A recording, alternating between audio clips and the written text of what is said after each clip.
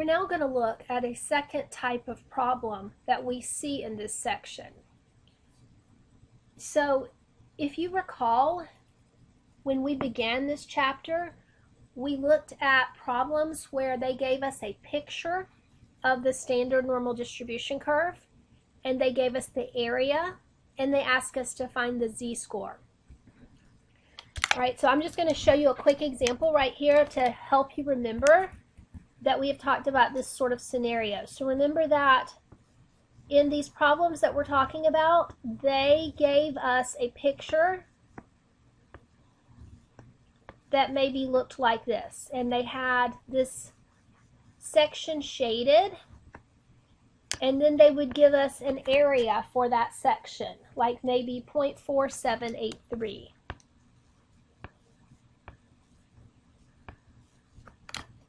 And our job with those problems from the last section was to find the z-score. Okay, so remember how we did that. Remember that we took this 4783 and we went to our table and we looked for that value in the middle of the table. Okay, and once we found that value in the middle of the table, we then would go across and up in order to find the z-score that goes with it. So for this particular problem with the 4783, you can find that in the middle of your table, and your z-score would be 2.02. So I just want to remind you of that type of problem before we start looking at this next example. So our example says a college wants to accept only the top 10% of all graduating seniors based on the results of a placement test. The test has, and I'm again going to write some stuff down as we go, the test has a mean of 500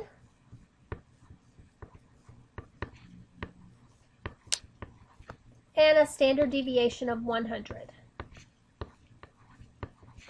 And the problem asks us to find the cutoff score for the exam. So what that means is I want to know what is the lowest I could make on the test and still be in the top 10% so that I would get accepted at that college. So I want us to use this phrasing right here as a hint that this problem is going to work a little differently than the problems that we have already done in this section. When they give us the top 10%, they are giving us the area. Okay, so I'm going to make this notation. This is the area.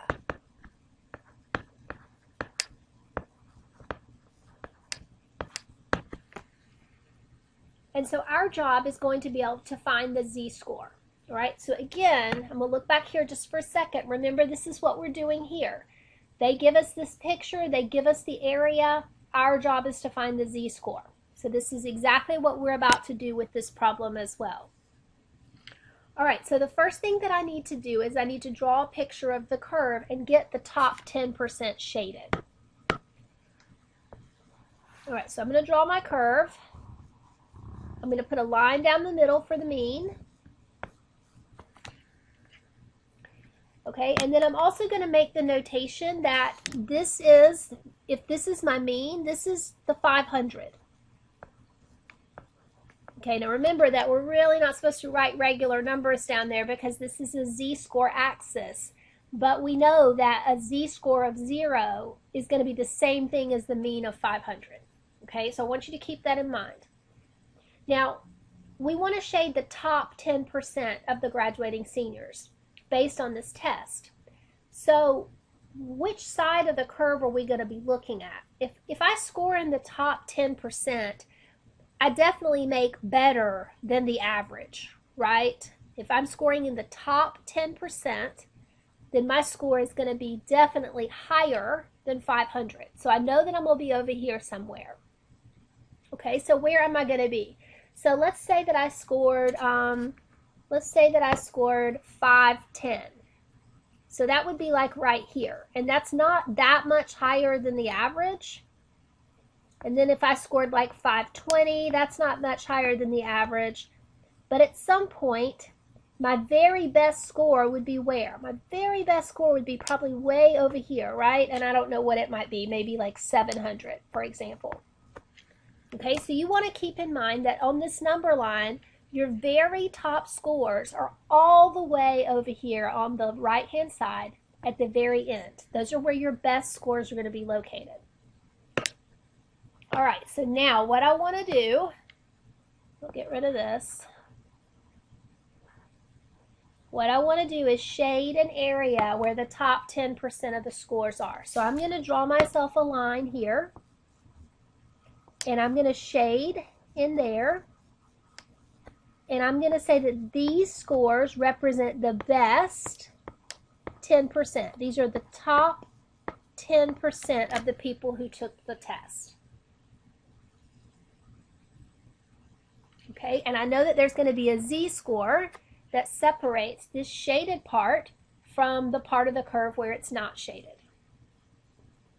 Okay, so our first thing that we need to do after we draw our picture and shade is we need to find the z-score. Okay, so what I'm going to do is I'm going to take this 10% and I'm going to write it as a decimal.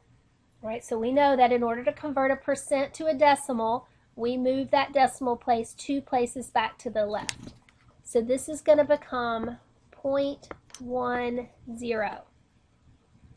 And because it's an area, remember this is the area, I'm going to go ahead and tack on 2 more decimal places so that I can remember to look for it in the middle of the curve. Okay, so top 10%, same thing as 0.1000. All right, now if I'm going to use my table, I know that I have to have this piece of the curve. Remember, the table only works for areas between 0 and z. So if this is 10%, what is this part? Well, we know that the entire right-hand side is 0.5, correct? The entire right-hand side is 0.5. So if I take the entire right-hand side and I take off this 10%, that's going to leave me 0.4. Okay, and that makes sense if you'll think about it, because we are saying that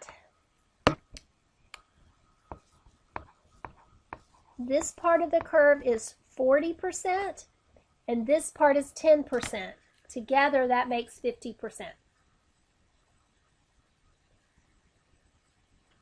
Okay, so now I'm going to go to my table and I'm going to look for 0.4000. Make sure that you are looking for it in the middle of the curve.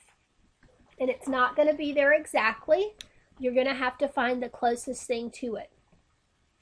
So the closest thing that I can find in my table to 0.4000, okay, and hear me say this again, be sure you are in the middle of the table, not on the side and across the top, but in the middle.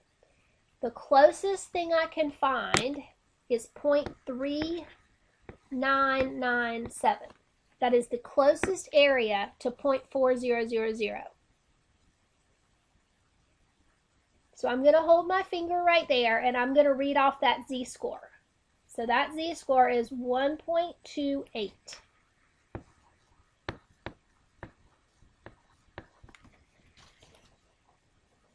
Okay. All right, so now I can change that z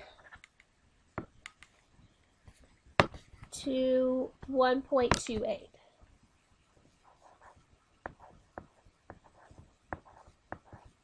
Okay, so that is my cutoff score. Now, that is my answer except for the fact that it's in the wrong format.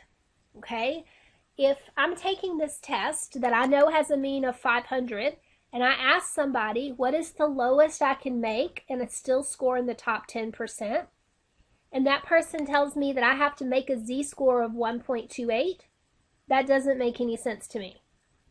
I need to know what do I need to make in terms of a regular test score, not a z-score. So how do I change a z-score to a regular number? All right, we use the same formula that we've been using for the other sections. The only difference is we're going to plug in a slightly different order. Okay, I know now that my z-score is 1.28, so that's going to go over here on the left. I know that the mean is 500 and the standard deviation is 100. So that sets it up. Now I need to solve this for the word value, like I would solve it if I was sitting in an algebra class. So if I have a fraction and I'm trying to solve for a variable, the first thing I want to do is get rid of that fraction. And I do that by multiplying by the denominator. So I'm going to multiply both sides by 100.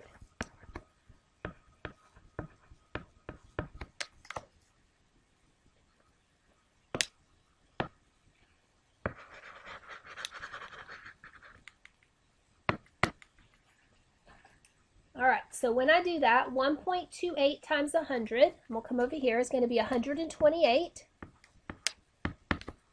The 100s on this side are going to cancel out, leaving me that. Remember, you're solving for the word value. You want the word value by itself. So I'm now going to add 500 to both sides.